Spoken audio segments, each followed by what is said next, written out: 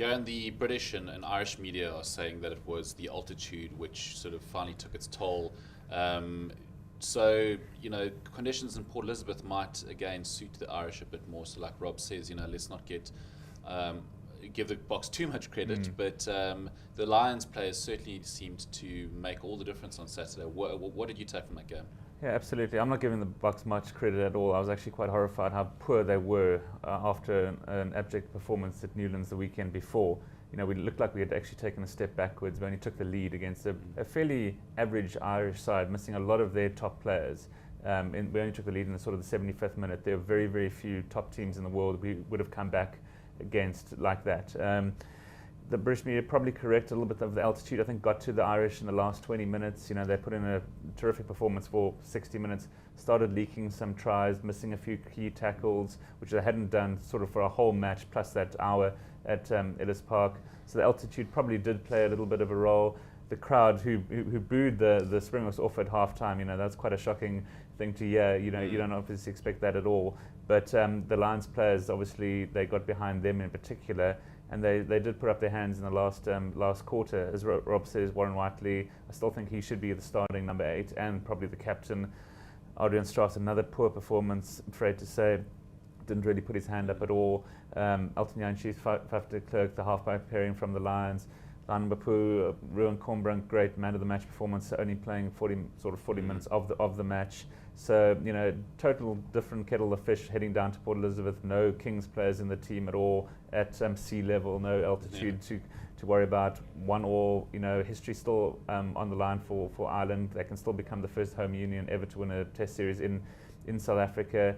I still sort of leaning towards the Bucks being better. I said that ahead of this weekend's match, they just can't possibly be worse. They were out-scrummed, which I think was quite horrifying to see how badly that the front row, starting front row and the replacements that came on actually scrummed against an Irish team that missing Cian Healy, I think, is their number one, their front row as well. That they still scrummed us off the ball a number of times.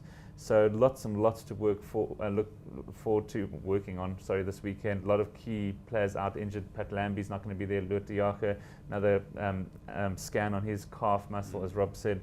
Whiteley for Mullen, perhaps a problem at number 8 as well. And Trevor Nyakane apparently has got an ankle injury as well. So, a lot of injury concerns. It'll be interesting to see who Alistair Coetzee gives a turn to this weekend. I think he would like to have played everybody in his whole squad. I'm not too sure if he's able to do that now. But, looking quickly ahead to the Rugby Championships, which follow fairly soon, I don't think South Africa starting as, favourites or even second favourites for this tournament. We saw Argentina even beating France this weekend. The Wallabies against a very good England team going down twice now.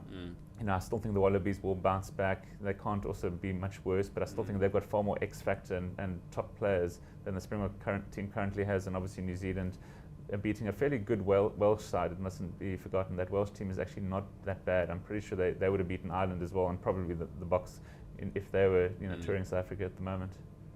Rob, so do you think Alistair Coetzee then is going to reward players like Cornbrink, etc., for their performances? I mean, what changes, taking the injuries into account as well, what changes do you foresee for the final test?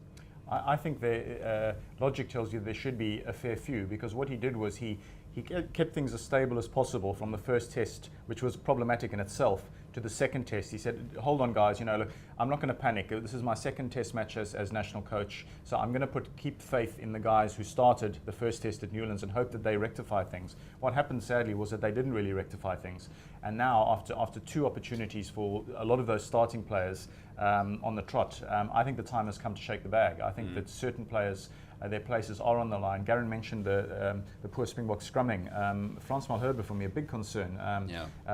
Really looked like the form Springbok tighthead at the end of last season. Very rightfully took over Yanni du Plessis' mantle even before the World Cup had ended. But now, the first 2 tests of this year, he just seems to be very error-prone. His scrummaging has gone backwards a little bit, so big concerns there. I think Redlinghuis might have a shout at starting. I certainly think Lwazi Mvovo is a goner on the left wing. He had a nightmare game. The Irish kept putting high balls onto him because they realised his fallibility in the air, and he was very shaky on defence, although we know he's a good finisher. But, you need more in that package. In the back three, the defence is such a big part of that back three sort of dual role these days that, you can't overlook that. And I think Combrin coming in is a no-brainer, which means JP Peterson, also not playing particularly well, but I think just because of his seniority, will probably still stay and perhaps now occupy that left wing slot as he did in the second half in Joburg. So those are two changes I would think are dead certs, and a few others. I mean, the loose trio, big issues there around is that starting loose trio really working? And I'm not sure it is. I don't. Francois Lowe has underdelivered as the open sider, not his best rugby.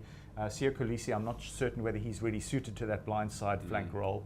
And Dwayne Vermeulen, huge disappointment, and we think carrying injuries, niggles, tiredness from the end of the European season. So I think it's quite a fluid situation, and I reckon there will be, I wouldn't be at all surprised if there are perhaps 3, 4, maybe even more changes for PE. Right, gents, thank you very much. Thanks, Nick.